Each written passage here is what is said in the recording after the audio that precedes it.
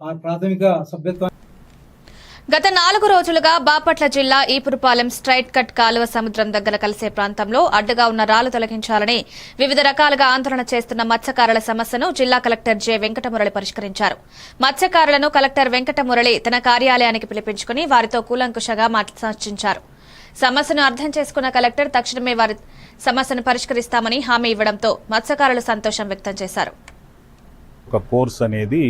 వాళ్ళకి ఎటువంటి ఇబ్బంది కలిగించకుండా న్యాచురల్ కోర్సు ఫార్మేషన్ అయిపోయి ఆ న్యాచురల్ కోర్స్ ద్వారా వాళ్ళు వెళ్ళేటప్పుడు సైక్లోన్ కానీ అట్లాంటివి వచ్చినప్పుడు పడవలు డ్యామేజ్ జరగకుండా ఉండేటువంటి ఒక న్యాచురల్గా ప్రొటెక్షన్ ఉంది.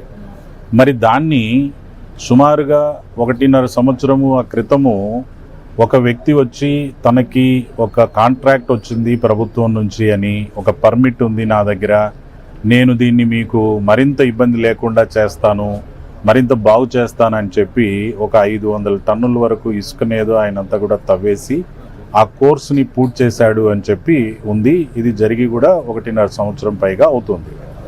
మరి రీసెంట్గా ఒక 15 రోజుల క్రితం అక్కడ ఉన్నటువంటి రైతు తన ల్యాండ్ని తాను ప్రొటెక్ట్ చేసుకుంటాను అని చెప్పి రాళ్ళు పెట్టి ఈ పెద్ద పెద్ద కొండరాళ్ళు వీళ్ళకి అడ్డమేస్తే కనీసం ఇప్పుడు పడవలు పోవడానికి కూడా ఇబ్బంది కలిగించే పరిస్థితి ఉంది.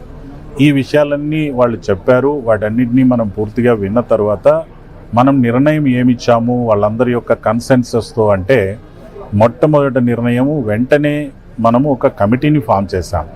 ఆర్డీఓ గారు ఉంటారు, డిఎస్పి గారు ఉంటారు, ఏడీ మైన్స్ ఉంటారు, ఎగ్జిక్యూటివ్ ఇంజనీర్ డ్రైనేజ్ ఉంటారు, అట్లానే సిఆర్జెడ్కి సంబంధించి executive engineer pollution control board ఉంటారు.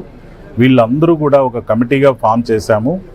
ఇప్పుడు వీళ్ళు వెళ్ళిపోయి తక్షణమే ఈ రోజు నుంచే పని స్టార్ట్ చేసి ఏ కొండరాళ్ళు అయితే బ్యాన్ రిలీఫ్కి ముందు వేశారో ఆ కొండరాళ్ళన్నింటినీ తక్షణమే తొలగించేసి పడవలకు ఏమాత్రం ఆటంకం లేకుండా, డ్యామేజ్ జరగకుండా సునాయాసంగా వాళ్ళు వేటకి సముద్రంలోకి వెళ్ళే విధంగా ప్యాసేజ్ అనేది ఇమీడియట్గా ఇస్తారు. ఈరోజు ఇస్తారు, రేపు మా తెల్లవారుజాము నుంచి కూడా పనిచేస్తారు.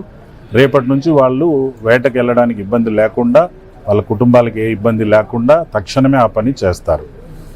సెకండ్ పని ఏం చేస్తారంటే, ఈ కమిటీ అనేది పూర్తి స్థాయిలో దర్యాప్తు చేస్తుంది.